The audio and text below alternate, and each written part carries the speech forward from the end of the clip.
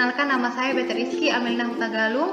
Saya golongan 2C, kelompok 4, angkatan 6, pelatihan dasar CPNS 2021, Badan Pengembangan Sumber Daya Manusia Provinsi Sumatera Utara. Pada tugas kali ini, saya akan membahas akuntabilitas dan nasionalisme dalam bentuk mind mapping.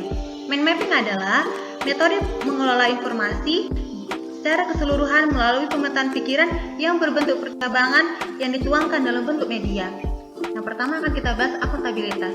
Akuntabilitas adalah pertanggungjawaban atau amanah yang harus dicapai kepada otoritas yang lebih tinggi. Ada 5 aspek akuntabilitas. Yang pertama, akuntabilitas adalah sebuah hubungan. Hubungan yang dimaksud adalah hubungan dua pihak individu atau kelompok dengan negara dan masyarakat. Yang kedua, berorientasi pada hasil. Hasil yang diharapkan dari akuntabilitas adalah perilaku aparat pemerintah yang bertanggung jawab, adil, dan inovatif. Yang ketiga, membutuhkan laporan. Yang keempat, membutuhkan konsekuensi. Dan yang kelima, memperbaiki kinerja. Fungsi utama akuntabilitas publik. Yang pertama, peran demokratis. Yang kedua, peran konstitusional. Dan yang ketiga, peran belajar.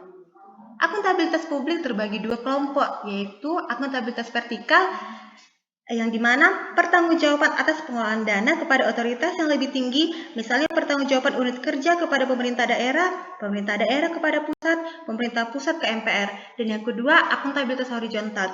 Akuntabilitas horizontal yaitu pertanggungjawaban kepada masyarakat luas.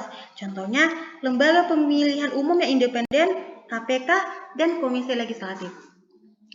Tingkatan akuntabilitas. Yang pertama, akuntabilitas personal. Akuntabilitas personal mengacu pada nilai-nilai yang ada pada diri seseorang seperti kejujuran, integritas, moral, dan etika. Yang kedua, akuntabilitas individu mengacu pada hubungan antara individu dan lingkungan kerjanya. Yang ketiga, akuntabilitas kelompok, yaitu kinerja sebuah institusi yang dilakukan atas kerjasama kelompok. Yang keempat, akuntabilitas organisasi mengacu pada hasil pelaporan kinerja yang telah dicapai. Dan yang terakhir, akuntabilitas stakeholder. Stakeholder yang dimaksud adalah masyarakat umum, pengusaha layanan, dan pembayar pajak yang memberikan masukan dan kritik terhadap kinerja. Ada 3 fungsi akuntabilitas publik. Yang pertama, menyediakan kontrol demokratis. Yang kedua, mencegah korupsi dan penyalahgunaan kekuasaan. Ketiga, meningkatkan efisiensi dan efektivitas. Nilai-nilai akuntabilitas dalam pelaksanaan tugas jabatannya ada 9, yaitu kepemimpinan, transparansi, integritas, tanggung jawab, keadilan, kepercayaan, keseimbangan, kejelasan, dan konsistensi. Yang kedua, kita akan bahas nasionalisme.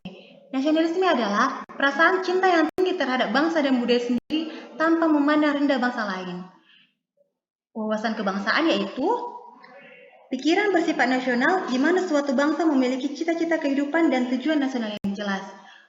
Sebagai ASN, kita memiliki fungsi sebagai berikut. Yang pertama, ASN sebagai pelayan publik yang berfungsi sebagai perekat dan pemersatu bangsa.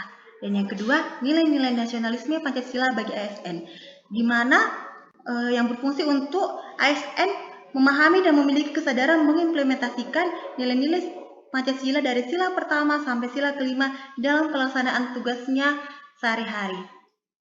Terima kasih.